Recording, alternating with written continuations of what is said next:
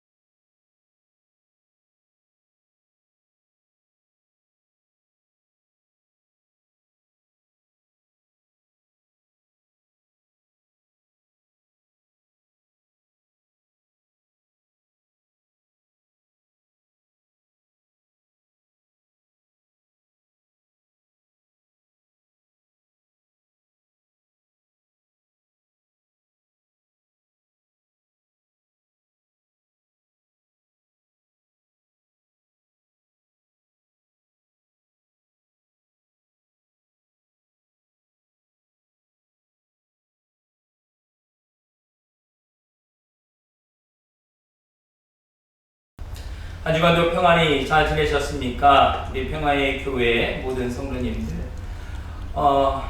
오늘도 하나님과 함께 예배하는 시간이고요.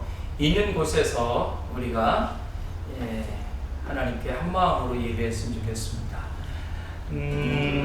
시간이 참 오래 지속되고 있는데요. 이런 시간들이 저희가 신속한 시간 내에 만나기를 바라는 마음으로 함께 기도하시면서 찬양하고 서로를 위해서 중보하는 그런 오늘 주일이었으면 좋겠습니다. 함께 찬양할까요? 죽임당하신 어린 양.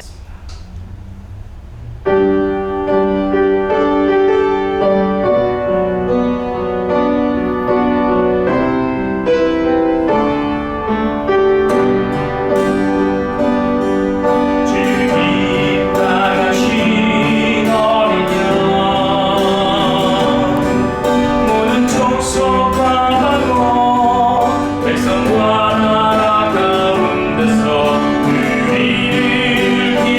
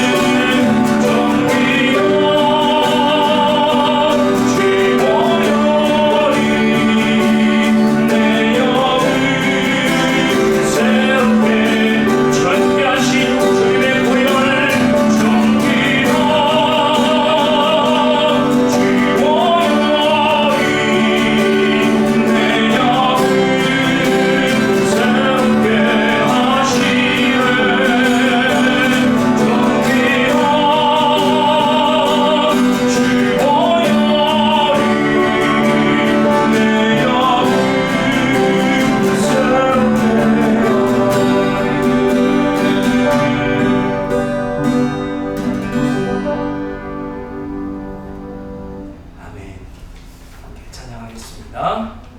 은혜로다.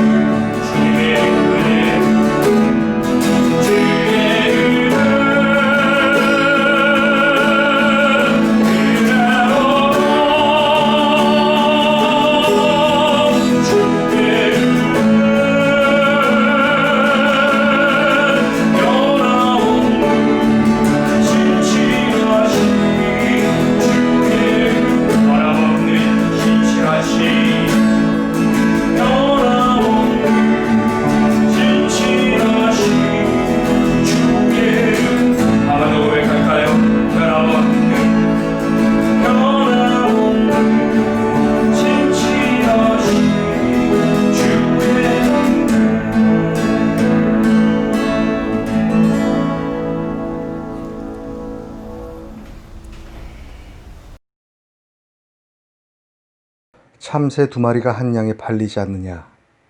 그러나 그 가운데서 하나라도 너희 아버지께서 허락하지 않으시면 땅에 떨어지지 않을 것이다. 아버지께서는 너희의 머리카락까지도 다 세워놓고 계신다. 그러니 두려워하지 말아라. 너희는 많은 참새보다 더 귀하다. 누구든지 사람들 앞에서 나를 시인하면 나도 하늘에 계신 내 아버지 앞에서 그 사람을 시인할 것이다. 그러나 누구든지 사람들 앞에서 나를 부인하면 나도 하늘에 계신 내 아버지 앞에서 그 사람을 부인할 것이다. 너희는 내가 세상에 평화를 주려고 온 줄로 생각하지 말아라. 평화가 아니라 칼을 주려고 왔다. 나는 사람이 자기 아버지와 맞서게 하고 딸이 자기 어머니와 맞서게 하고 며느리가 자기 시어머니와 맞서게 하려고 왔다. 오늘은 저희 교회가 매년 8월 15일을 전후해서 드리는 평화주일입니다. 평화주일 예배로 드리고 있는데요. 평화주일에는 항상 그랬던 것은 아니지만 외부 강사를 초빙해서 우리가 함께 말씀을 나누곤 했었죠. 작년에는 그 칼 858기 진상을 규명하는 신성국 신부가 다녀가셨고요. 또 언젠가 또 명진 스님도 다녀가신 적이 있고, 조원정 목사님 다녀가신 적이 있고, 또 우리 한원상 부총리를 지내셨던 한원상 교수도 다녀가신 적이 있습니다. 그런데 지금은 이렇게 외부 강사를 초빙하고 그럴 수 있는 상황이 아니지 않습니까? 그래서 오늘은 이렇게 우리 교인들끼리 단촐하게 예배를 드립니다. 사실 여기 보시면 이 8월 15일까지, 지난 3월 1일부터 8월 15일까지 한국전쟁 발발 70년을 기억하면서 정말 이 땅에, 즉 우리 고국 땅에 평화가 와야 된다는 그러한 염원을 담아서 한국기독교교회협의회 주관으로 또 세계교회협의회, 우리가 WCC라고 부르는 세계교회협의회와 함께해서 정말 한반도의 평화와 통일을 기원하는 그런 기도의 기간을 잡았었는데요.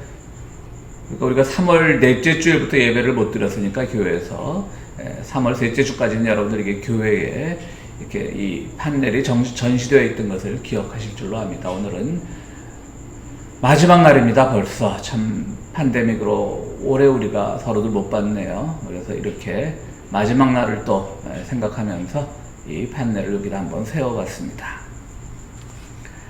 물론 우리가 지금 이런 어려운 시기를 겪고 있지만 우리 고국의 평화뿐 아니라 세계의 평화, 그리고 그것은 나라 간에 이루어지는 평화뿐 아니라 또 계급 간에, 성별 간에, 또 빈부 간에, 모든 사람들, 또 믿는 신념 간에 평화가 이루어지는 세상이 빨리 올 수 있도록, 그래서 주님의 평화가 임할 수 있도록 우리는 함께 기도해야 될 것입니다. 평화를 위한 여러분들의 기도가 항상 지속되기를 간절히 바랍니다.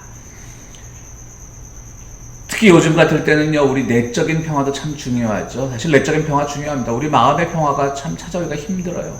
여러 가지로 어렵죠. 집에만 있다 보니까 답답하고, 여러 가지 우울증을 호소하는 분들도 많고, 또 분노 조절도 잘 안 되는 것 같아요. 유독 요즘 보면 그런 사소한 것으로 화를 내고 분노를 폭발하는 그런 사건들을 심심찮게 접하게 되는 걸 보면 우리가 분노 조절도 잘 안 되는 시절을 견디고 있구나라는 생각을 합니다. 우리가 사는 모든 세상의 갈등과 분열이 없어지고 평화가 올 수 있도록, 또 우리 마음에도 내적인 평화가 올 수 있도록 우리 함께 기도하시기를 부탁을 드립니다. 오늘 말씀 보면 하찮은 참새도, 정말 아주 값이 싼 참새도 하나님의 명령 없이는, 하나님의 계획 없이는 땅에 떨어지지 않는다라고 말씀을 하십니다. 그리고 이어서 하나님은 우리의 머리카락까지도 다 세고 계신다라고 말씀을 하십니다. 이것은 무엇을 말합니까? 하나님의 은혜, 사랑, 섭리를 말하는 것이죠. 우리의 머리카락이 얼마나 많습니까? 저는 제외하고요. 그 많은 머리카락을 일일이 다 세고 계신다라고 하는 것이죠. 예전에 그 유대인들이 강제 수용소에, 아우슈비츠 같은 강제 수용소에 끌려가면 역에서 내리면 사람들이 다 이제 옷을 벗기고 귀중품을 다 빼앗고, 그 다음에 뺏을 게 없을 때 뭐를 하죠? 머리털을 다 밀었죠. 그때 그들의 심정이 얼마나 아팠겠습니까? 얼마나 두려웠겠습니까? 그 머리털을 밀어서 그들은 또 매트리스의 재료로 사용하기도 했습니다. 한 인간의 모든 것들이 상품화되는 그런 세상을 우리는 참 야만의 시대라고 기억하고 있고, 그래서 히틀러를 우리가 악마로 기억하고 있는 겁니다. 그럼에도 불구하고 오늘 우리의 신체는 하나님은 이렇게 일일이 다 세고 계실 정도로 우리를 사랑하시는데, 우리는 오늘 나 아닌 상대방을 다 상품으로 취급하는 것은 아닌지, 우리의 모든 것들이 다 상품화되는 것은 아닌지, 그런 점에서 또는 우리는 암울한 시대를 견디고 있습니다. 하나님의 은총의 범위는 너무나 깊고 깊어서 우리의 머리카락까지도 한 올 한 올 다 돌보신다는 그런 고백입니다. 우리를 하나님은 소비의 대상, 상품화의 대상으로 삼으시는 것이 아니라 구원과 은총의 대상으로 우리를 살피신다는 의미입니다. 참새도 돌보시는데 우리의 모든 것을 돌보시지 않겠습니까? 거기서 하나님의 무한하신 사랑이 드러나고 있습니다. 욥기 31장 4절에 보면 하나님은 내가 하는 일을 낱낱이 알고 계신다. 내 모든 발걸음을 하나하나 세고 계신다라는 말씀이 나옵니다. 그렇습니다. 오늘 이 본문에서 우리가 오해하지 말아야 될 것은 물론 은유적인 표현이긴 하지만 정말 하나님이 우리 머리카락을 세는 것과 같은 그런 행위를 하실까? 저는 하지 않으신다고 봅니다. 말씀드렸듯이 이건 은유적인 표현입니다. 그만큼 하나님은 우리의 모든 것을 이미 머리카락을 세지 않아도 다 알고 계신다라는 것이죠. 계신다라고 하는 것이죠. 욥의 발걸음을 세는 것처럼 말이죠. 그 하나님의 사랑이 얼마나 놀랐습니까? 그래서 일상생활의 사소한 부분까지도 다 꿰고 계시는 그 하나님을 찬양하는 말씀이 바로 머리카락까지 다 세고 계시는 하나님이라는 말로 표현이 되는 것이죠. 그래서 우리는 하나님을 참 아름다운, 우리를 돌보시는 그 하나님의 아름다운 은총을 기억하게 되는 것입니다. 그런데요, 말씀드렸듯이 하나님은 이미 우리의 모든 것을 알고 계시기 때문에 실제로 세시지는 않는 것이죠. 그렇게 한가한 일은 하지 않으시는 겁니다. 시편 139편 4절에 보면요, 내가 혀를 놀려 아무 말 하지 않아도 주님께서는 내가 하려는 말을 이미 다 알고 계십니다 라는 말씀이 나옵니다. 결국 머리카락을 센다라고 하는 말은 하나님의 놀라우신 사랑을 찬양하는 표현이지, 정말 내가 내 머리카락을 세워주세요, 내가 지금 이런 고민이 있어요, 내 사소한 그것들을 가지고 하나님에게 너무 매달리지 말라고 하는 것입니다.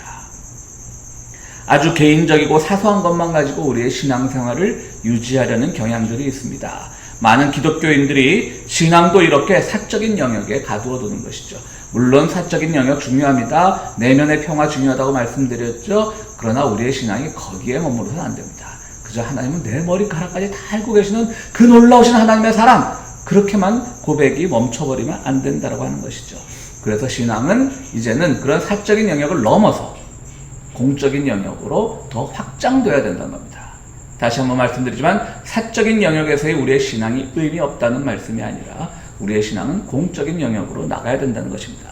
그러면서 주님은 또 뭐라고 말씀하시냐면요, 이렇게 머리카락을 다 세시는 하나님이라고 말씀하셔놓고 또 뭐라고 말씀하시냐면, 누구든지 사람들 앞에서 나를 시인하면 나도 하나님 앞에서 여러분들을 시인할 것입니다 라고 말합니다. 누구든지 하나님 앞에서 예수를 인정하고 고백하면 나도 하나님 앞에 가서 당신들을 인정하고 고백할 것이다 라고, 당신들 아는 사람이다, 시인할 것이다 라고 말씀을 하고 계시는 겁니다. 그런데 여기서 이 시인이라는 말이요, 헬라 원어로 보면요 참 오묘한 단어입니다. 이 시인이란 말은요 투게더와 로고스가 합쳐진 말입니다. 그러니까 함께, 투게더는 함께고요, 로고스는 뭡니까? 우리가 이성을 지금 로직이라고 하는 그 단어로서는 로고스의 흔적이 남아있지만 로고스라고 하는 영어 단어 자체는 지금 남아있지 않죠. 근데 헬라어 원형으로만 남아있습니다. 근데 로직, 그러니까 논리학 같은 거 할 때 로직스, 그러니까 컴퓨터의 언어들 로직스 많이 쓰고 있죠. 그래서 시인한다는 말은 함께 고백한다는 말입니다. 함께 승인한다는 말입니다. 그러니까 나 혼자 내 머리카락만 중요한 것이 아니라 하나님께서, 우리가 정말 예수님의 인정을 받으려면, 예수님을 인정하려면 공동체가, 내 이웃이 함께 더불어 이성으로 추론 가능한 그런 고백을 하는 게 곧 시인인 겁니다. 하나님 감사합니다, 내 머리카락도 알고 계십니다, 세고 계십니다, 이런 사적인 영역을 한 단계 뛰어넘어서 정말 우리 사회 공동체가 어떤 방향으로 나가야 할지 우리가 함께 고백하는 것, 주님을 함께 고백한다는 건 뭡니까? 옆 사람도 동의할 수 있는 고백이죠. 나 혼자 막 아집에 섞여서 하는 고백은 고백이 아닙니다. 옆 사람도 동의할 수 있는 그런 고백을 해야 된다는 말씀입니다. 그게 바로 신앙이 또 한 번 도약한 것입니다. 그런데 오늘 말씀은요, 또 한 번의 반전을 가져옵니다. 머리카락까지 세시는 정말 놀라우신 하나님의 사랑, 크고 크신 하나님의 사랑을 이야기하다가 갑자기 공적인 영역에서 함께 그리스도를 고백해라 라고 좀 더 범위를 넓히더니 이제는 갑자기 난데없이 내가 너희들에게 평화를 주러 왔다고 생각하지 말아라, 나는 너희들에게 칼을 주러 왔다 라고 말씀을 하십니다. 오늘 잘 읽어보면요 전혀 문맥이 맞지 않는 것 같아요.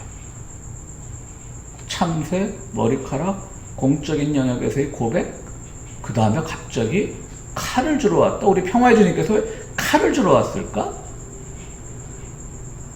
그러나 자세히 보면 참 이것은 문맥이 아주 잘 연결되는 말입니다. 저는 이 본문을 보면서 늘 키에르케고르의 그 실존의 3단계를 생각하게 됩니다. 키에르케고르는 실존, 우리가 존재하는 그런 형태, 실존을 미적 실존, 아름다움이죠. 미적 실존, 그 다음 윤리적 실존, 종교적 실존 3단계로 나눕니다. 미적 실존이란 뭡니까? 우리가 눈에 보이는 또 경험하는 모든 그런 우리의 감각기관을 통해서 들어오는 그런 모든 아름다움을 통해서 자기를 발견하는 겁니다. 오늘 보면요, 머리카락까지 세신 하나님, 또 참새도 다 돌보시는 하나님, 아름다운 모습이죠. 하나님이 아름다운 사람입니다. 그런데 그건 1단계 실존의 형태라는 것이죠. 물론 키에르케고르가 이 본문을 가지고 그의 논리를 전개했다라고는 뭐 그런 흔적은 없습니다만은 저는 거기서 키에르케고르와 오늘의 본문을 연결시키고 싶은 겁니다. 아름다움의 단계 좋은 거예요. 미적 실존 얼마나 아름다운 말입니까? 그런데 키에르케고르는 그 다음에 윤리적 실존. 우리가 윤리적으로 무엇을 해야 될 것인가? 하나님을 찬양하는 거 참 아름다운 모습이죠. 하나님의 아름다운 모습을 찬양하는 거, 이 세상이 얼마나 아름답습니까? 그런데 그 다음에 한 번 더 올라가서 윤리적 실존, 즉 우리가 공동체를 위해서 예수님을 고백하고 공동체의 방향을 예수님께 묻고 그분의 공동체 정신을 우리가 따라가는 것, 그것이 윤리적 실존이 되겠습니다. 그 다음 최상의 실존의 단계는 키에르케고르는 종교적 실존이라고 말합니다. 종교적 실존. 이건 뭐냐면요, 종교적 실존의 핵심은 역설이라는 거죠. 역설이 뭡니까? 뒤집어 말하는 거죠. 앞뒤가 파라독스한 거죠. 파라독스한 겁니다. 앞뒤가 잘 맞지 않는 겁니다. 그게 바로 최고의 실존 단계입니다. 오늘 본문에서 칼을 주러 왔다. 이것이 바로 저는 역설의 단계, 종교적 실존의 단계라고 생각을 합니다. 평화와 칼은 역설적인 관계입니다. 우리가 믿어왔던 평화는 사실 개인적인 면에 많이 집중되어 왔습니다. 사실 내가 좋으면 다 좋은 거거든요. 우리 솔직히 말하면 저도 그래요. 내가 평화나야지, 내가 마음 평화로워야지 다 좋은 거지. 내가 골치 아프고 내가 쓰리고 아프면 그게 뭐 평화겠어 라고 하는 생각이 우리 가운데 어느 정도 있죠. 근데 내가 좋은 건 뭐냐면 사실은 그 미적 실존의 단계거든요. 아름다움의 단계거든요. 내가 보기에 아름다움은 좋은 거예요. 내가 그동안 쌓았던 모든 도덕이나 사회적 통념에 의해서 내가 이것이 옳은 것이라고 보이는 것은 좋은 거야. 아름다운 거야. 나랑 역설적인 관계가 아니야 라고 하는 것은 사실은 1단계 실존인 것이죠. 그러나 진정한 평화는요, 칼로 베는 것 같은, 그래서 칼을 주러 왔다고 말씀하십니다. 칼로 베는 것 같은 아픔을 통해 새롭게 거듭나야 되는 것입니다. 이 칼은 어떤 정말 분열, 누구를 죽이고 폭력적인 것이 아니라 칼로 베는 것 같은 아픔이 나에게 있어야만 그 최고의 실존의 단계, 역설적 실존의 단계로 간다라고 하는 것이죠. 우리 오늘 평화주일이라고 말씀드렸는데요. 왜 평화의 길이 멀고도 험합니까? 그냥 좋은 것만 생각하려고 해요. 그리고 힘 있는 것만 생각하려고 해요. 우리 사회가 뭐 이제는 진보, 자신을 진보라고 생각하는 사람들이 보수라고 생각하는 사람보다 많아질 만큼 우리 사회가 한 단계 발전하는 것은 사실인데요. 우리 고국 사회가. 우리 다 미국 살지만 사실 고국과 연결을 완전히 끊고 살 수는 없으니까요. 고국의 얘기를 자꾸 드리는 건데요. 분명히 뭐 여러 면에 있어서 우리가 진보의 담론들이 더 확장된 것만 틀림없는데요. 그런데 이런 포털 사이트, 한국 포털 사이트, 구글 같은 거 말고요. 뭐 다음이나 네이버 이런 포털 사이트에 보면 아직도 여전히 뭐 난민은 둘째치고라도 우리 아시아에, 동남아시아 등에서 온 그런 노동자들, 이런 분들, 혹은 또 북한에 대한 인식은 여전히 편견과 그 고집으로 가득 차 있어요. 바꿀 생각을 안 해요. 그러면 우리의 평화의 길은 먼 겁니다. 그냥 우리가 오랫동안 학습되어 온 우리 민족만이 최고야. 저 제3세계 근로자들, 노동자들은 우리나라 와서 피해만 끼쳐. 영화에서 나오는 거 보면 제3세계 노동자들이 전부 범죄 조직이야. 이런 편견을 가지고 있으면요, 우리 가운데 평화가 오지 않아요. 북한도 마찬가지예요. 저 가난한 나라, 저 폭력적인 나라. 그런 면만 생각하면 평화는 오지 않아요. 그걸 역설적으로 볼 수 있어야 되는데요. 우리는 그걸 못하는 겁니다. 근데 그걸 역설적으로 보려면 우리에게 아픔이 있어야 돼요. 어떤 이들은 뭐 지금 세월이 많이 지났지만 한국전쟁 발발이 70년이지만 아직도 그런 후손들조차 그런 생각하는 사람들이 있죠. 아, 우리 부모님이 우리 할아버지 할머니가 북한에서 부자였는데 우리 통일되면 뭐 어디 평안도에 어디 함경도에 땅이 다 우리 땅인데 뭐 그러면서 북한을 증오하는 사람들도 있고요. 근데 그걸 다 포기하라고 하면 아픔이죠. 칼로 다 베어나라고 하면 아픔이죠. 근데 그 베어나는 것을 하지 못하면 평화에게는 오지 않는 겁니다.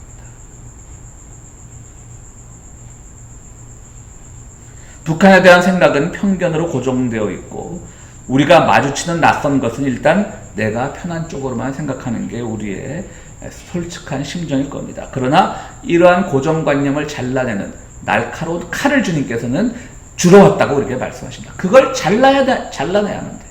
그래야지 우리의 실존이 변화가 있는 거예요. 라고 말씀을 하는 것이죠. 최근에 우리 고국에서 한국의 젊은 여성 국회의원이 국회 등원을 하면서 조금 보통의 이제 국회의원들이 입는 옷과는 다른 복장을 했다라고 해서 굉장히 또 말들이 많았었는데요.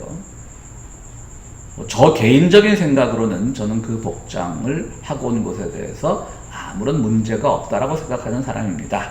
하지만 또 이런 복장 하나가 우리의 진리를 좌우하는 것은 아니니까요.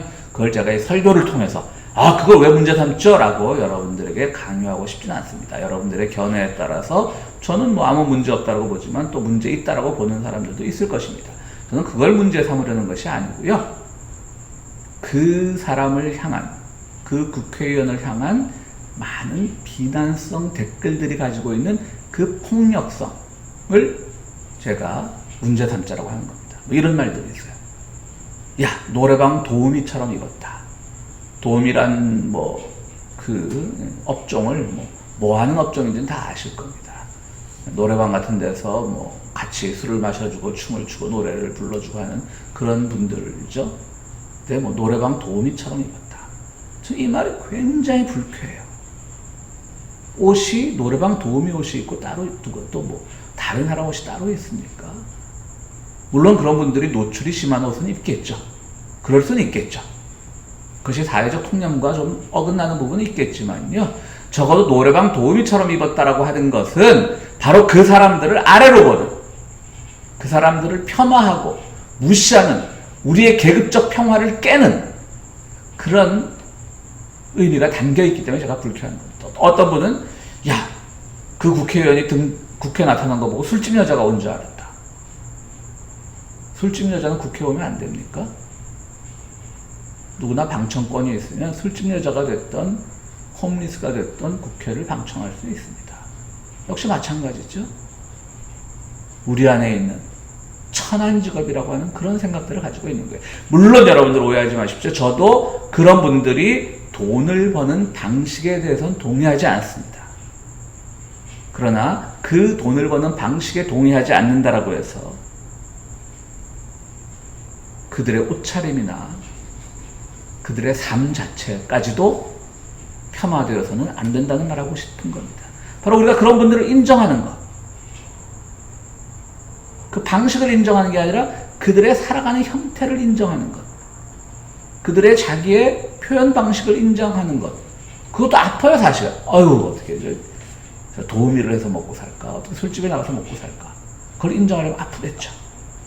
그러나 그것을 인정할 때 우리의 평화가 오고 그런 것들이, 그런 내적인 평화들이 쌓이고 쌓여서 우리가 가지고 있던 모든 편견들, 북한에 대한 편견, 제3세계, 그러니까 강대국들, 유럽이나 서구 사람들은 우리가 무시하지 않죠. 제3세계, 근로자들 무시하고. 또 이분들 중에 또 어떤 사건에 의해서 난민 신청을 하고 이런 사람들 무시하고. 그런 것들이 다 극복이 돼야만 우리가 진정한 평화, 우리 한반도의 평화도 기대할 수 있게 되는 것입니다. 예수님의 족보를 한번 보십시오. 예수님의 족보에는요, 5명의 여자들이 나오죠. 다말, 라합, 룻, 바세바, 그리고 예수님의 어머니 마리아입니다. 이 여성분들이 어떤 분들입니까? 다말은 아예 여호수아의 기생이라고 나와 있어요. 그러면 정말 요즘 말로 하면 술집 여인인 것이죠. 근데 예수님의 족보에 버젓이 올라 있어요. 죄송합니다. 라합이 그렇죠. 다말이 아니라 라합이 그렇습니다. 다말이 더 먼저 세대 첫 여인이죠. 예수님의 족보에 나오는 첫 여인 다말은 누굽니까? 유다. 즉 야곱의 형 제일 장형이고 이삭의 제일 큰아들이었던 유다의 며느리죠, 다말은. 근데 왜 그 며느리는 또 성경에 남았는가? 남편이 죽고 후손이 없어요. 그래서 그 후손을 잇고 싶은 마음에 또 그야말로 술집 여자 혹은 노래방 도우미로 변장을 해가지고 길가는 자기 시아버지 유다와 함께 밤을 지내고 시아버지 몰라갔던 거죠. 거기서 또 자식을 얻었는데 거기서 또 예수님의 족보가 이어지고 있는 겁니다. 그리고 말씀드렸던 라합이 나왔고요. 또 룻은 누굽니까? 정말 그 시어머니 나오미와 함께 정말 둘이만 남겨졌어요. 그 험하던 시대에 남성이 없을 때 얼마나 힘들었겠습니까? 그러니까 보아스라고 하는 한 돈 많은 농장주에게 접근을 합니다. 시어머니가 다리를 놔요. 완전히 접근을 합니다. 그래서 거기서 또 아들을 낳습니다. 그게 다윗의 강으로 연결되는 겁니다. 또 뭐 밧세바는 누굽니까? 밧세바 같은 경우는 또 좀 특이한 경우긴 하죠. 요즘 말로 하면 위계에 의한 간음이 되겠습니다. 어쨌든 이런 밧세바 자체를 문제 삼고 싶지는 않습니다. 위계에 의한 거니까요. 어쨌든 어떤 형태로든지 우리가 보았을 때 정말 정숙하다 이런 개념과는 다른 의미의 여성들이 예수님의 족보에 더 올라와 있는 겁니다. 우리 예수님의 어머니 마리아는 뭡니까? 우리가 신앙인들은 우리가 성령으로 잉태됐다고 말하지만 그 시대에서 보면 혼전 임신한 사람입니다. 2000년 전에 혼전 임신이 얼마나 그 사회로부터 지탄을 받았겠습니까? 이런 분들이 있는 거예요. 참 재밌죠? 성경이라는 게. 바로 어떻게 보면 정상적이지 않은 여성들이 예수님의 족보에 있음으로 인해서 예수님의 그 사역이 어떤 방향을 지향하고 있는지 우리에게 보여주고 있는 것입니다. 그게 바로 역설입니다. 그 역설을 받아들여야만 우리의 마음의 평화도 오고 아프지만 칼로 베어나는 것처럼 아프지만 우리가 가지고 있던 모든 편견과 오해도 극복이 되고 우리 한반도에도 평화가 오게 될 것입니다. 너무나 우리가 많은 힘에만 의지하는 강대국에만 의지하는 그런 것들도 우리가 역설적으로 다시 한번 생각해 봐야 되는 거예요. 그래야만 우리가 평화를 맞아들일 수 있는 것입니다. 하나님은 이미 우리 모든 처지와 형편을 다 알고 계시는데 우리는 한가하게 하나님 내 머리카락을 세워주세요 라고 하는 것은 불편한 역설을 받아들이지 못하게 됩니다. 오히려 우리는 그 단계를 뛰어넘어서 불편한 역설을 받아들이는 단계로까지 가야만 우리가 진정한 평화를 얻을 수 있습니다. 거기에 바로 아프지만 평화가 있고 구원이 있습니다. 별이다라는 한국말이 있습니다. 별이다는 무뎌진 연장의 날을 불에 달구어 두드려서 날카롭게 만든다. 혹은 마음이나 의지를 가다듬고 단련하여 강하게 하다라고 하는 말입니다. 오늘 제가 설교 제목에 별이다라고 하는 말을 집어넣은 것은 바로 하나님은 정말 우리의 머리카락을 세지 않으셔요. 이미 다 알고 계시니까. 우리의 형편과 처지와 무엇이 우리 내적으로 개인적으로 필요한지 알고 계시니까. 그 대신에 그건 은유적이고 상징적인 말씀으로 놔두고 그 대신에 그 시간에 우리를 어떻게 하면 역설을 통한 우리의 편견을 잘라내는 그 아픔을 통한 새로운 진리의 길에 도달할 수 있을까? 그 칼이 무엇일까? 그 칼을 벼리고 계신 거죠. 그 칼을 갈고 계신 거예요. 그래야만 우리가 더욱더 굳세게 설 수 있고 진정한 평화와 구원을 느낄 수가 있기 때문입니다. 예수님의 삶 자체가 역설입니다. 아니 십자가에서 가장 모욕적이고 비참하게 돌아가신 분이 그분을 통해서 우리가 구원을 받았다는 것이 얼마나 역설적입니까? 그러나 주님은 부활하심으로 이 역설을 진리로 바꾸어 놓으셨습니다. 예수를 따른다라고 하는 것은 이 역설에 참여하는 것입니다. 시편 34편 14절에는 이러한 말씀이 나옵니다. 악한 일은 피하고 선한 일만 하여라. 평화를 찾기까지 있는 힘을 다하여라. 그냥 찾아지는 게 아닙니다. 샬롬, 예수님은 평화의 왕 이런 말만 아름다운 말만 고백한다라고 해서 평화가 얻어지는 것이 아니라 우리가 있는 힘을 다해서 정말 내 아픔까지도 감수하고 내 편견을 잘라내는 내 고정관념을 잘라내는 그 아픔까지도 감수하고 우리의 생각과 사고를 전환시키려고 할 때 그때 진정한 평화가 찾아오고요. 그때 진정한 관용이 찾아오게 되고요. 그때 진정한 우리 한반도의 평화뿐 아니라 개국 간의 평화, 또 미국 사는 우리들에게는 인종 간의 평화, 또 다양한 이 신념 사회에서 신념 간의 평화를 맛볼 수가 있게 되는 겁니다. 주님이 말하시는 바로 그겁니다. 그래서 우리에게 평화를 주러 왔다고 생각하지 마라. 그 앞에 말하는 그 평화는 바로 우리가 내가 편한 게 가장 좋은 평화야 라고 하는 그 평화인 것이죠. 진짜 주님께서 바라시는 그 평화가 아닌 겁니다. 그런 우리가 헛된 평화의 관념에 사로잡혀 있었다면 그 평화를 깨라고 우리에게 칼을 주기 위해서 그 칼을 갈고 계신 겁니다. 바로 이 주님의 역설에 참여할 때 우리는 진정한 평화의 왕이신 예수 그리스도를 공적인 영역에서 고백할 수 있게 되는 겁니다. 우리 평화를 사랑하는 우리 평화의 교회 성도 여러분, 늘 우리 고국의 현실을 생각하고 지금 또 대통령 선거를 앞두고 마구마구 갈라지고 있는 이 땅에 진정한 평화가 어떻게 하면 오게 될지 서로를 격려하고 서로를 이해하려고 이해의 폭을 넓히는 그런 아픔을 통해서 모두 평화를 실천하는 사도들이 되시기를 간절히 바랍니다. 함께 기도하시겠습니다. 거룩하시고 자비로우신 아버지 하나님, 올해 우리 고국 한반도에서 전쟁이 일어난 지 벌써 70년이 되는 해입니다.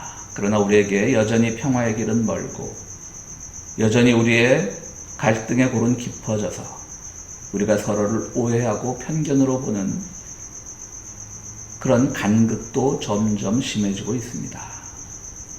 주님, 그러나 우리가 주님께서 주시는 평화, 우리의 내적인 평화, 우리의 삶을 다 살피시는 그 하나님의 사랑 감사하고 고맙고 고백하지만 그것을 넘어서서 주님께서 진정으로 바라시는 나를 베어내는 것과 같은 그런 아픔을 통해서 우리의 고정관념과 편견과 갈등을 일으키는 모든 요소들을 잘라낼 수 있는 그러한 용기도 우리에게 허락하여 주시옵소서.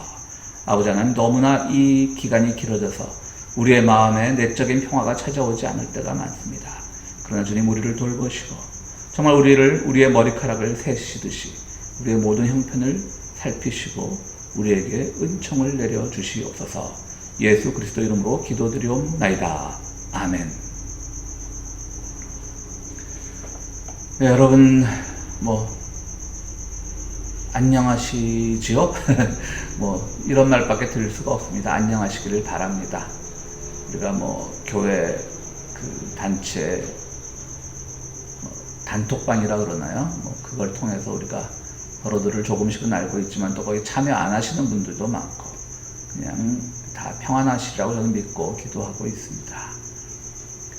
한국으로 영주 귀국했지만 우리 정현진 교우님, 우리 교회에 나오시던 그 정현진 교우님이 지난달에 미국에 잠깐 다니러 왔다가 귀국했는데 다시 한국으로 돌아가는데 갑자기 아버님이 돌아가셔서 다시 와서 지난 주간 장례를 치렀다고 합니다. 이 코로나 전국이라 제가 장례식에 가보지도 못했는데요. 여러분들 페이스북이나 개인적으로 연결이 되시는 분들이 있으면 위로의 말씀을 전해주시기 바랍니다. 또 교인 단체방에서도 말씀드렸듯이 우리 교회와는 특별한 관계에 있었던 하워드 김 목사님도 오랫동안 또 투병하시다가 지난 주간에 또 하나님 곁으로 갔습니다. 모두들을 위해서 기도해 주시고요. 여러분들 특별히 건강에 각별히 유의해 주시기를 부탁을 드립니다. 우리 함께 기도하심으로써 예배를 마치도록 하겠습니다. 이제는 우리에게 평화의 왕으로 오신 예수 그리스도의 은혜와 우리 살아갈 때 늘 베푸시고 살피시는 하나님의 참 좋으신 사랑과 우리로 하여금 역설의 진리에 머물게 하시는 성령님의 감화 감동하심이 오늘 나를 에이는 것과 같은, 나를 베어내는 것과 같은 그 칼을 두려워하지 않음으로써 내 생각의 전환이 일어나고 편견의 극복이 일어나기로 다짐하는 모든 성도들 위해 지금부터 영원토록 함께 하시기를 축원하옵나이다. 아멘.